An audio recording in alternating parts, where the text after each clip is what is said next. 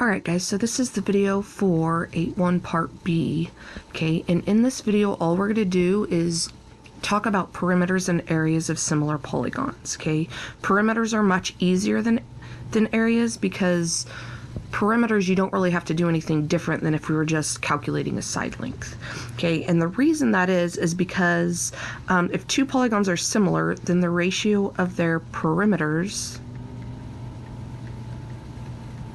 is equal to, this is what makes it the same, the ratios of their corresponding side lengths.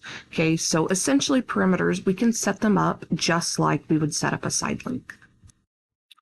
Okay, so if we look at example 4a, it says a town plans to build a new swimming pool. Okay, an Olympic-sized swimming pool is rectangular. Go ahead and draw it out. With a length of 50 meters and a width of 25 meters. Okay, it doesn't have to be anything fancy. The new pool will be similar, so we know these are similar, but will have a length of 40 meters.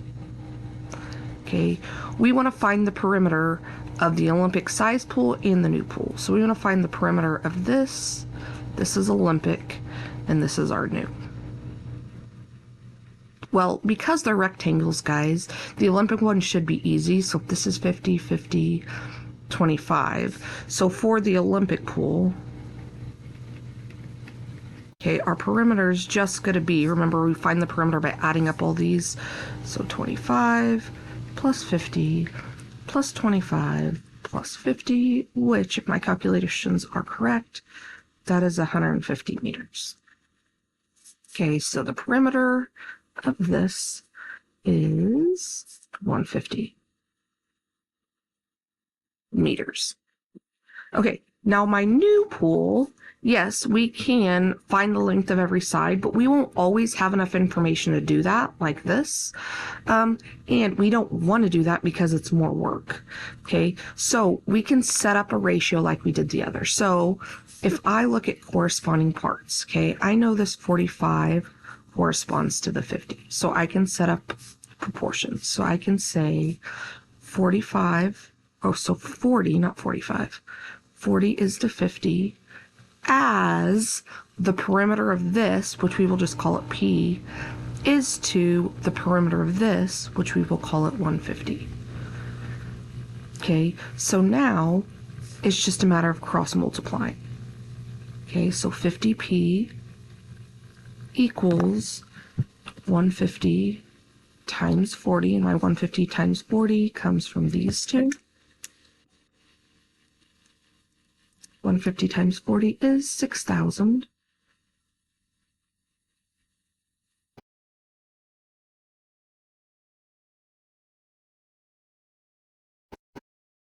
Perimeter is 120 meters. Okay, so perimeter I can set up the same as trying to find side lengths. Okay, so let's look at 4B together. Okay, it says the two gazebos are shown are similar pentagons, meaning they have 5 sides. Okay, find the perimeter of gazebo A. So we want to find the perimeter of this. Okay, well now, before I can find the perimeter of this, I want to find the perimeter of this. Okay, now the perimeter of this, remember, is just if I add up all these side lengths.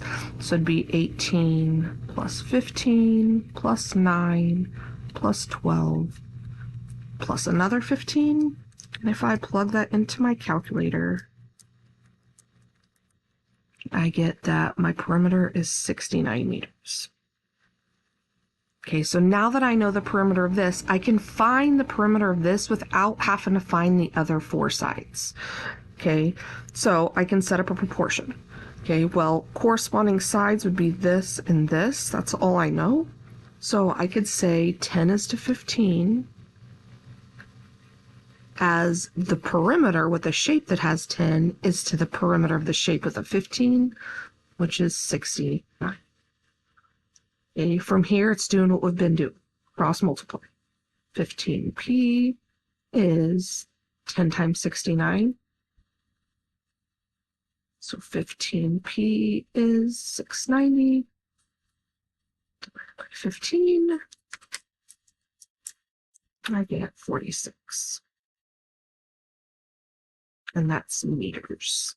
So the perimeter of this is 46 meters. All right, so let's talk about areas of similar polygons, okay? Areas get a little more tricky because you do have to have an added component. But if you remember that added component, it's not hard. Okay, so what you need to remember is if two polygons are similar, then the ratio of their areas is equal to the square ratio of the square. Maybe I should say that. The ratio of the square, and this is the key word here, square, of their corresponding side lengths. So notice we have to square their corresponding side lengths to get the areas. Okay, now that comes from areas in 2 dimensions. Okay, so think of like if we're talking about a length, and talk about like 5 centimeters. Okay, if we're talking about area, it'd be like 5 centimeters squared. Okay, the square is why we have to square it. Okay, we're going from 1 dimension to 2. All right, so let's look at 5A as an example. Okay, so we have these 2 triangles, okay, and we do know the ratio of corresponding sides is 10 to 5. Okay, so we can set up a, trying to find the area of this, we can set up a proportion. So I can say 10 is to 5. Now, if we weren't doing areas, it would just be as whatever is to whatever. Okay, so the area of this is 36 over the area of this, which we don't know. Okay, now what we have to do is, because these are in centimeters and these are in centimeters squared, to go from centimeters to centimeters squared, we have to square them. Okay, so remember 10 squared over 5 squared, or 10 over 5 squared is just 10 squared over 5 squared. And 10 squared is 10 times 10, which is 100. 5 squared is 25. Okay, so now I have 100 over 25 equals 36 over 8. Okay, now it's just solving like we've been solving. So 100A equals 25 times 36, which is 900.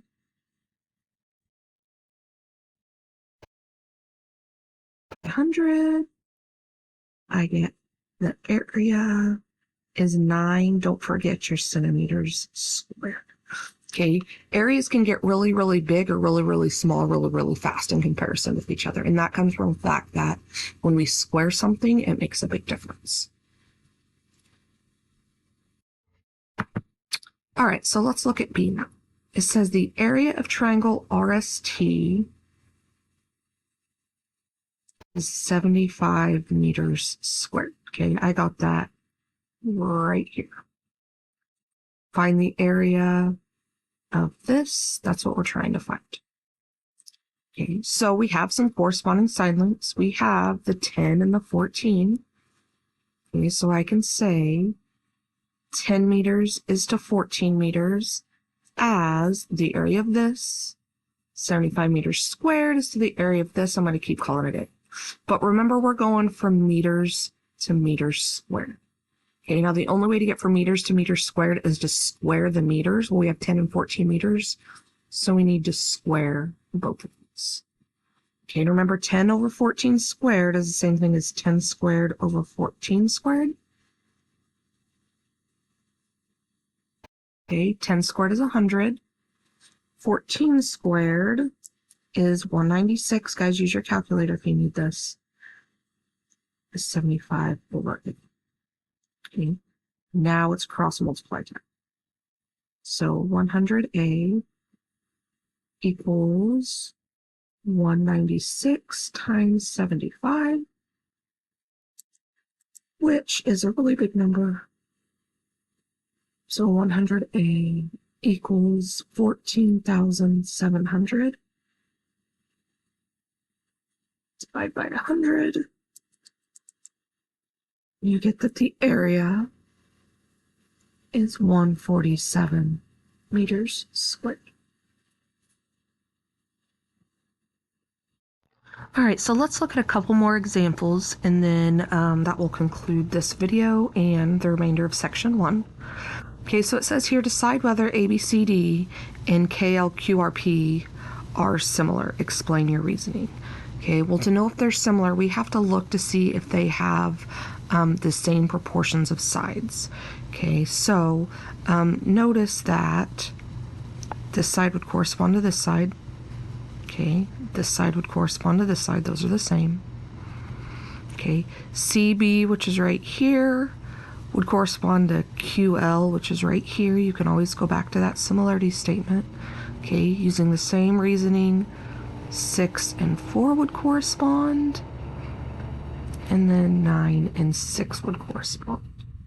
Okay, so I want to set up to see if all these are the same ratio. Okay, so I'm just going to start with 9 over 6. Okay, is 9 over 6 equal to, I'm going to put a question mark. Okay, 6 over 4.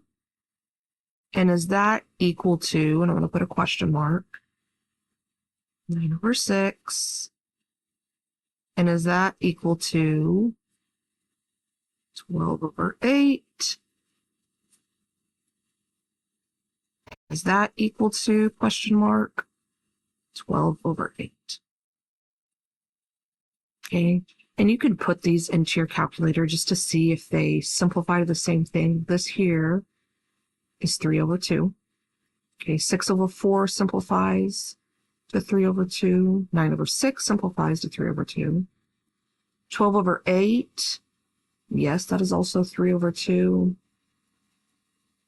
So because all the sides are proportion or have the same proportion, yes, similar.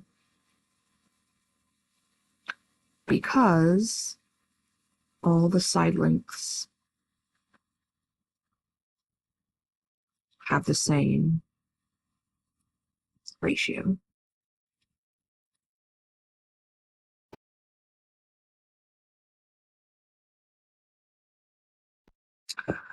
All right.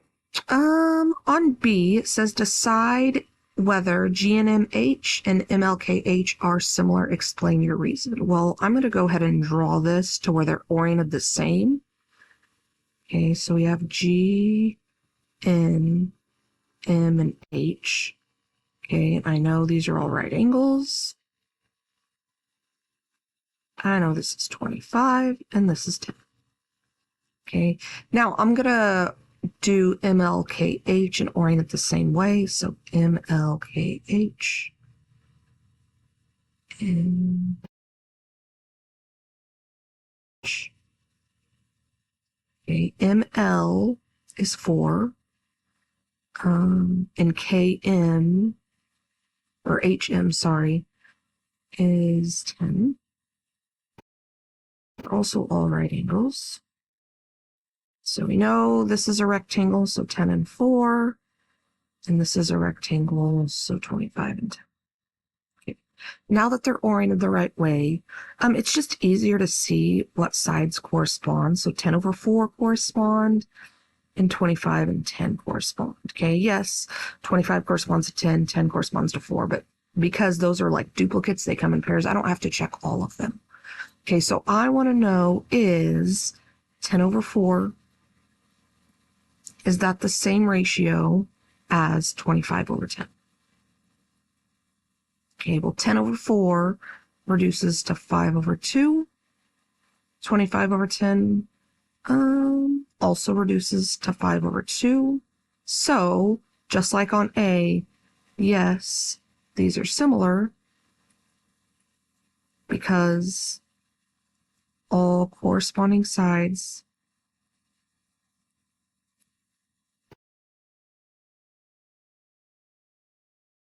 same ratio.